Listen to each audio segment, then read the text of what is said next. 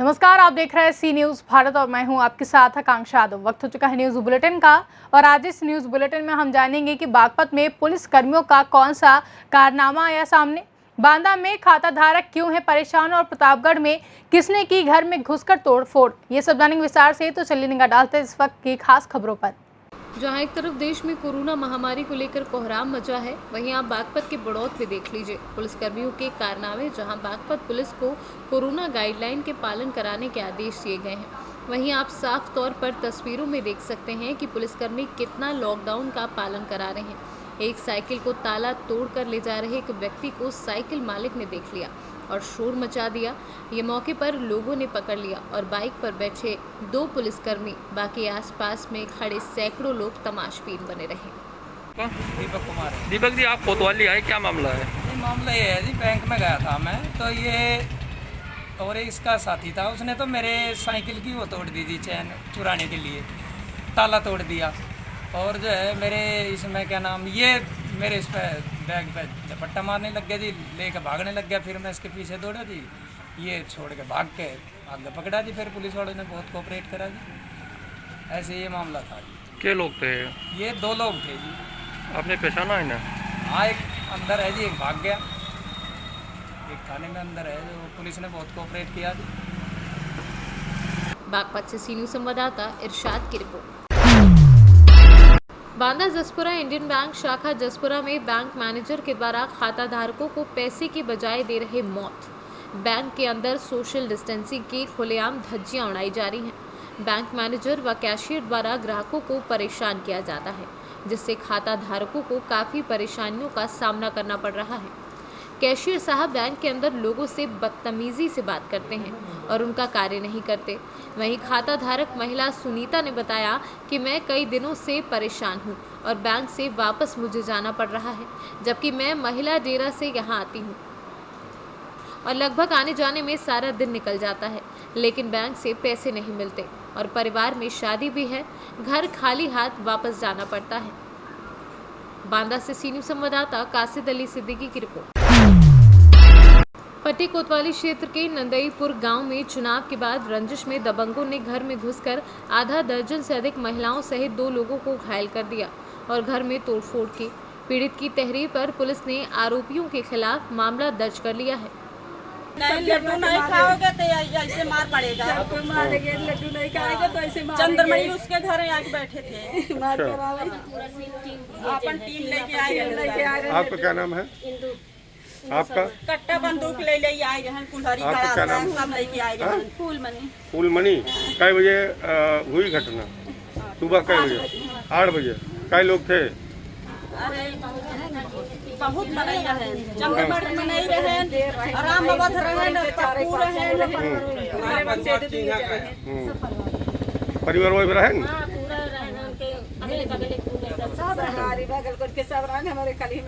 पप्पू, राम अवध, अखिलेश, नंदलाल, बहरा, गोली, जहरा, पप्पू बहुत मनाई रहे। उनका चंद्रमणि मनाई रहे। चंद्रमणि कुल्हाड़ा लेके आए रहे, कुल्हाड़ा से चंद्रमणि मनाई रहे। कुल्हाड़ी, गड़ासा, कट्टा, बंदूक सब ले फाड़ डाल। इधर सर में मार दिए हैं। किस चीज से मारे हैं? कर रहे थे, कुल्हाड़ी लेके आए थे, कुल्हाड़ी में पकड़ लेते, पूरा लाठी मार रहे थे। इधर भी मार दिए हैं सर। लड्डू दे रहे थे? लड्डू हमको दे, परसों कल लेके आए थे शाम को, तो हम लोग बोले कि मैं नहीं लूंगी, मेरा प्रधान जब जीतेगा तभी मैं खाऊंगी, जब मैं उन लोग का वोट नहीं दी हूँ तो मैं नहीं खाऊंगी। तो उन लोग बोले कि तुम लोग का इसका मजा सिखाऊंगी। तो वही सुबह मारे सब लोग आके। प्रतापगढ़ से सी न्यूज़ संवाददाता रोहित जायसवाल की रिपोर्ट। प्रतापगढ़ जिले में वसुंधरा दहेज उन्मूलन ट्रस्ट की तरफ से योगेश मिश्रा ने पश्चिम बंगाल में हो रही हिंसा और रेप को लेकर के राष्ट्रपति से निवेदन किया है कि पश्चिम बंगाल में राष्ट्रपति शासन लागू किया जाए और वहां बीजेपी और टीएमसी दोनों पार्टियां मिलकर के लोगों के साथ खूनी होली खेल रही हैं। जिस तरीके से पश्चिम बंगाल में घटना हुई है, महिलाओं के साथ और बच्चों के साथ हत्या, बलात्कार जैसे जघन्य अपराध हुए हैं, ये काफ़ी निंदनीय है। बच्चों के साथ हत्या, बलात्कार जैसे जघन्य अपराध हो रहा है, अगर ये नहीं रोका गया, या मेरी तो मांग है सीधे सीधे राष्ट्रपति महोदय से अपने हाथों में व्यवस्था लेकर के वहाँ बंगाल की, और तत्काल प्रभाव से वहाँ पे जो है कानून व्यवस्था को लागू करें और सरकार को बर्खास्त करें वहाँ की। और अगर मोदी जी इस प्रकार से कार्य करते हैं कि वो देश के प्रधानमंत्री इतने बहुमत में सरकार होने के बावजूद अगर वो नहीं संभाल पा रहे हैं तो वो भी इस्तीफा दें, क्योंकि कब तक मरवाएंगे। आज खूनी खेल हो रहा है बंगाल में। कहीं ना कहीं चुनाव में जा करके, वहाँ के प्रचार में जा करके, वहाँ के जनताओं को बरगला करके, फुसला करके, फ्रंट पे ले आकर के आज क्या साथ दे रहे हैं, क्या उनके लिए कर रहे हैं वहाँ की जनता के लिए। आज वो मारी जा रही हैं, कुंवारी बच्चियों के साथ रेप हो रहा है, बलात्कार हो रहा है। एक सब कौन करवा रहा है? ये राजनीतिक पार्टियां करा रही हैं। दोनों लोग मिले हुए हैं, भाजपा भी टीएमसी भी, दोनों की मिली भगत से हो रही है। अगर आज इनके रिजर्व पुलिस बल वहां पे है और सेना भेजते, कैसे होता रेप बलात्कार?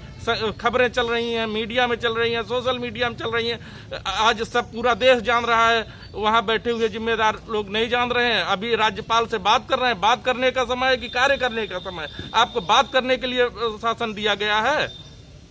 जिस तरीके से जो है वहाँ अपराध हो रहा है, क्या टीएमसी और बीजेपी की मिली भगत है? नहीं तो आज केंद्र में आपकी सरकार है, बहुमत में है, आपको किसकी परमिशन? पाकिस्तान के प्रधानमंत्री से आप परमिशन लोगे? आपके देश में, आपके देश की जनता के साथ हो रहा है अत्याचार, बलात्कार महिलाओं के साथ। आप किसका वेट कर रहे हो? राष्ट्रपति, अमेरिका का राष्ट्रपति यहाँ का फैसला करेगा।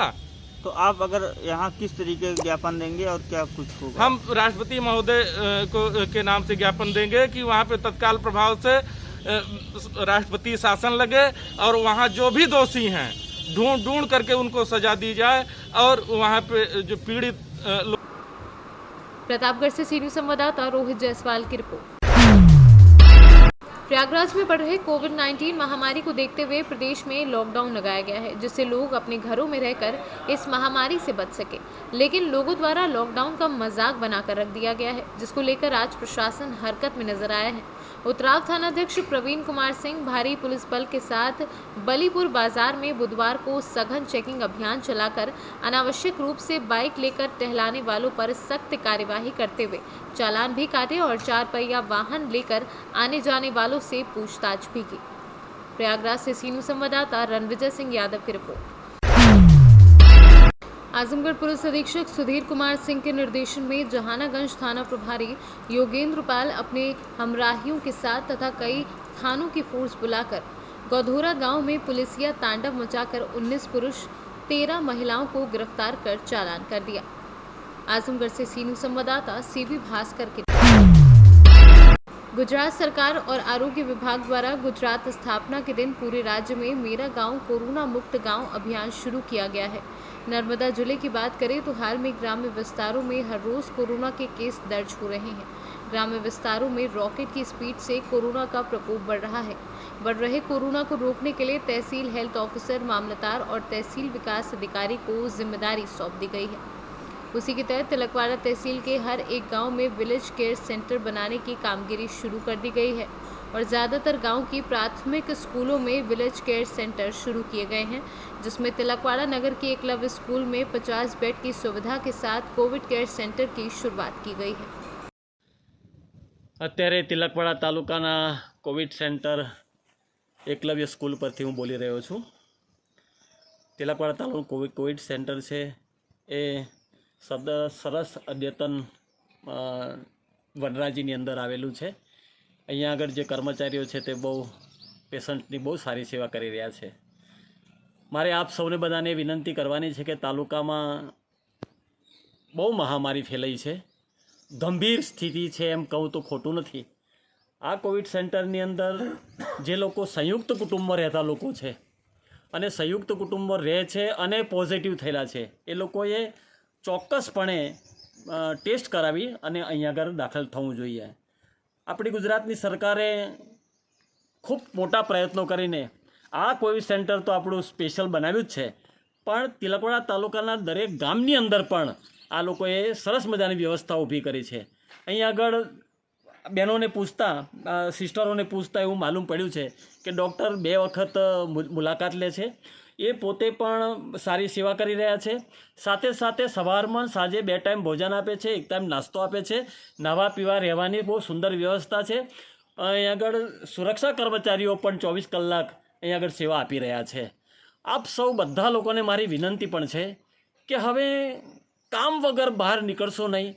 નીકળો તો માસ્ક પહેરો અને પોતાના જીવનની કાળજી રાખી અને આપ સૌ પ્રયત્ન કરો એવી સૌને મારી અપીલ છે. અને ગુજરાત સરકાર જે પ્રયત્નો કરી રહી છે એને આપણે સહકાર આપીએ તો જ આપણે આ કોરોનાની ચેનને તોડી શકશું. એટલે આપ સૌને આગ્રહભરી વિનંતી છે કે આપ સૌ એનું પાલન કરો અને આપ સૌ સારા સાજા માજા થાવ અને તૈયાર રહો એવી મારી સૌને અપીલ છે. નમસ્કાર. જય હિન્દ, જય ભારત.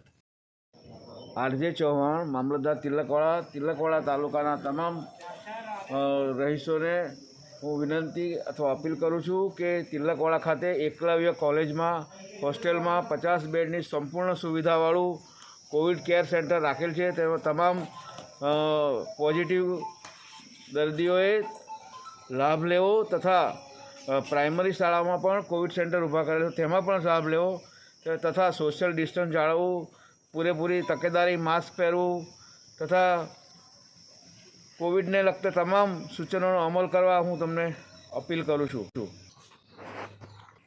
સંપૂર્ણ સુવિધાવાળું ડૉક્ટર સ્ટાફ સાથે, પોલીસ કર્મચારીઓ સાથે પૂરેપૂરી સવલત સાથે कोविड सेंटर शुरू करे છે. गुजरात से सीनू संवाददाता वसीम मेमन की रिपोर्ट।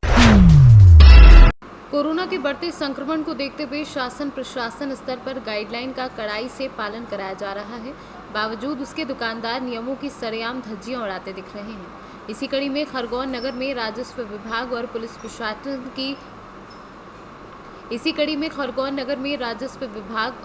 प्रशासन की संयुक्त कार्यवाही ने 5 दुकानों को सील करके 188 की कार्यवाही की।